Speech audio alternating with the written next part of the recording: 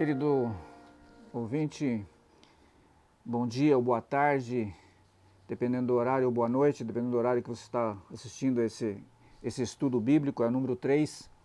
Vamos tentar explicar alguma coisa sobre Deus. É muita petulância da minha parte querer dizer para você quem é Deus, porque nenhum ser humano consegue descrever ou fazer alguma alusão de tal forma que abrange todo a pessoa de Deus. Na verdade, a pessoa de Deus não é bem a palavra que eu posso usar, é o conselho divino. Porque quando se trata do nosso Deus, ele aparece de uma forma plural. E isso é muito importante você compreender.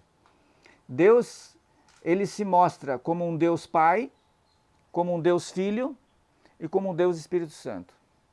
E ele se autodenomina como um conselho divino. E esse conselho divino, ele está em vários lugares. Pelo tempo eu não vou conseguir não dar minha opinião, eu vou ler algumas coisas aqui na palavra de Deus para que você possa compreender de forma um pouco mais abrangente. Em Gênesis no capítulo 1, verso 26, que eu fiz no estudo anterior, eu havia dito que em Gênesis 26 e 27 ele diz: também disse Deus agora de uma forma macro, ele diz: façamos o homem à nossa imagem. Aqui vemos que então realmente aparece mais uma vez aqui um Deus como como um conselho divino. Em Gênesis, no capítulo 3 e o verso 22, ele fala algo um pouco mais abrangente. Ele diz: então disse o Senhor Deus, eis que o homem se tornou como um de nós, conhecedor do bem e do mal. Assim que não estenda a mão e tome também da árvore da vida e coma e viva eternamente. Deus então, ele obstruiu a passagem do ser humano comer da árvore da vida para que ele não pecasse durante muitos séculos, uma eternidade.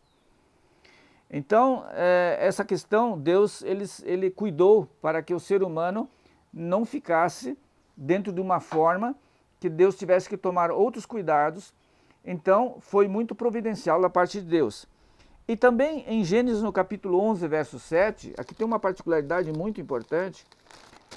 Quando a Torre de Babel foi construída, e hoje o ser humano está construindo outra Torre de Babel, que será o tema de outro estudo, nós vamos fazer mais adiante. Essa Torre de Babel, Deus viu que o ser humano estava fazendo algo que não era da vontade de Deus. Então, aqui, vemos algo interessante no verso 7. Ele diz, Deus no conselho divino, eles vinde e desçamos e confundamos ali a sua linguagem, para que um não entenda a linguagem do outro. Então foi nesse tempo que Deus separou o ser humano pela linguagem, pela forma de comunicação. Por isso que hoje nós temos aí várias línguas, português, alemão, inglês, italiano, tem várias, espanhol, tantas línguas, porque Deus fez essa proposta lá na Torre de Babel, quando o ser humano construiu essa torre, fazendo algo que não era da vontade de Deus. É muito interessante essas questões que nós aprendamos, porque tudo aquilo que o homem é livre para fazer o que ele quer, mas existem certos limites que Deus não deixa ultrapassar esses limites. Por quê? Porque tem em jogo uma série de coisas aí, que nós podemos compreender melhor ao longo dos estudos. Em Jeremias, no capítulo 17, o verso 12, aqui o profeta Jeremias, ele faz um clamor, na verdade, e ele diz: trono de glória enaltecido desde o princípio, é o lugar de nosso santuário. Aqui ele fala, inspirado por Deus, evidentemente, a forma como Deus realmente entende que é o caminho dele.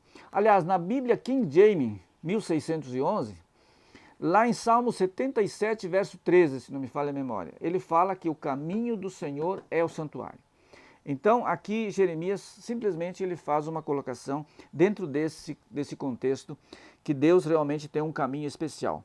Mas eu quero mostrar para você, dentro desses poucos minutos, e depois nos outros estudos nós vamos prolongando essa dinâmica para você poder compreender corretamente, nós vamos ver aqui algumas coisas especiais. Em Tiago, ele mostra uma coisa muito especial.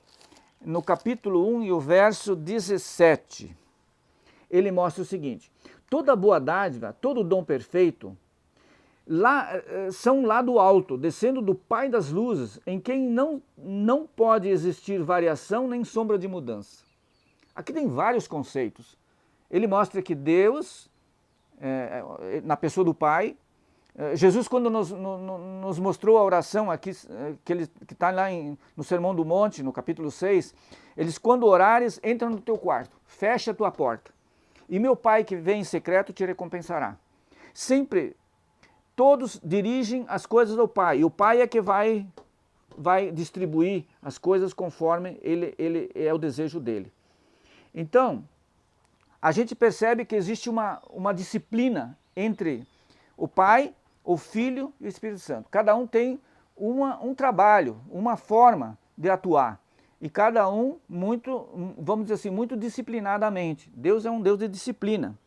Aqui nós vemos que o Pai é realmente aquele que canaliza todas as coisas para o nosso bem. E principalmente quando se trata da salvação do ser humano.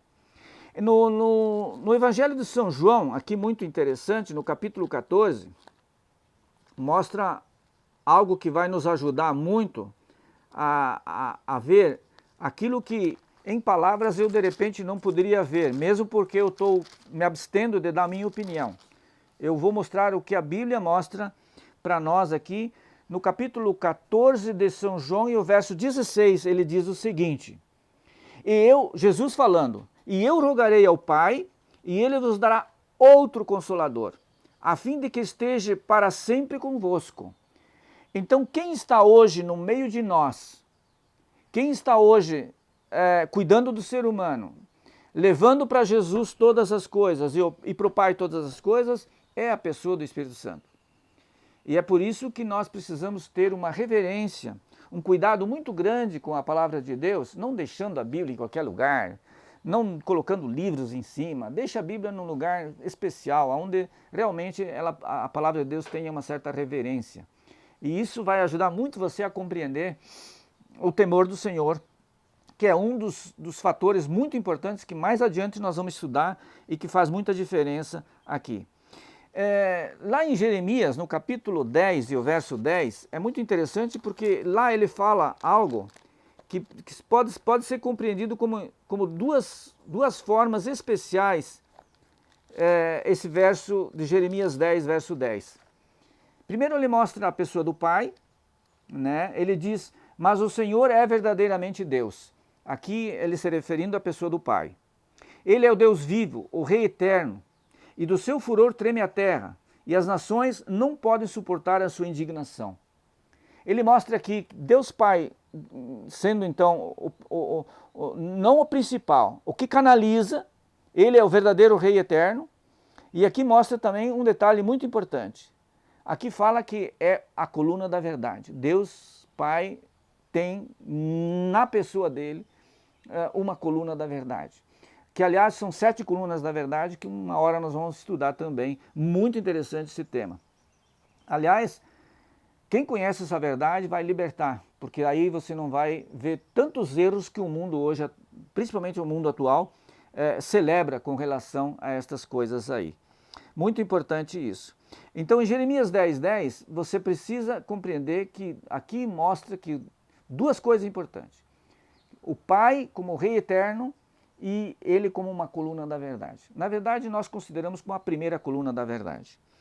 Depois, se nós olharmos em São João, no capítulo 17, muito interessante, e o verso 3, Jesus fala algo que nos chama muita atenção.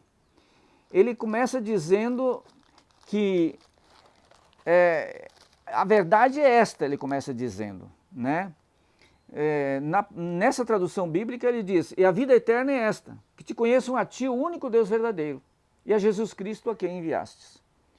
Muito interessante que você compreenda que a palavra de Deus, ela mostra uma coisa importante. O Espírito Santo inspira os escritores, mas Jesus e o Pai, Jesus em muitas oportunidades ele mostra que eles são um.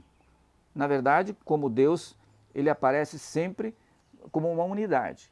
Eu não posso falar do Espírito Santo sem falar do Pai e de Jesus. Eu não posso falar de Jesus sem falar do Pai e do Espírito Santo. Eu não posso falar do Espírito Santo sem falar do Pai e de Jesus, porque é uma unidade, é um conselho.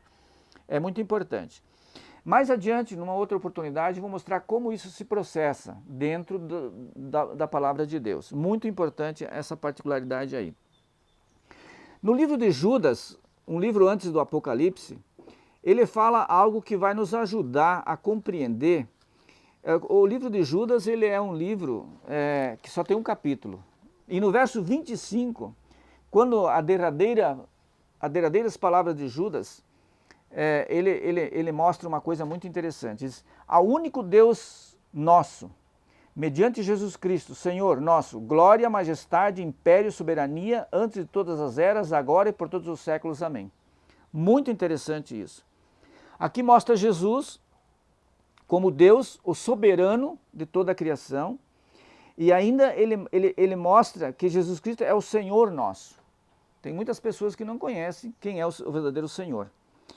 E se nós formos olhar aqui em São João 1, eu gostaria que você lesse, porque senão eu não vou conseguir colocar tudo isso. Em São João capítulo 1, no Evangelho, no verso 14 e no verso 18, Jesus mostra que ele é o Verbo eterno. Ele é o que realmente fez todas as coisas. Muito importante.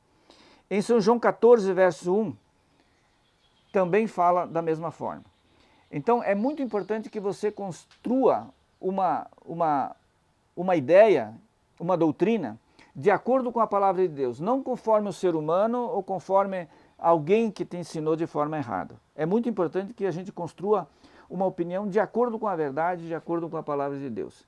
Aliás, nós vamos utilizar somente a Bíblia, nós não vamos utilizar nada mais, para que você não venha a compreender algo de mim, da minha opinião, não, aquilo que é de Deus realmente.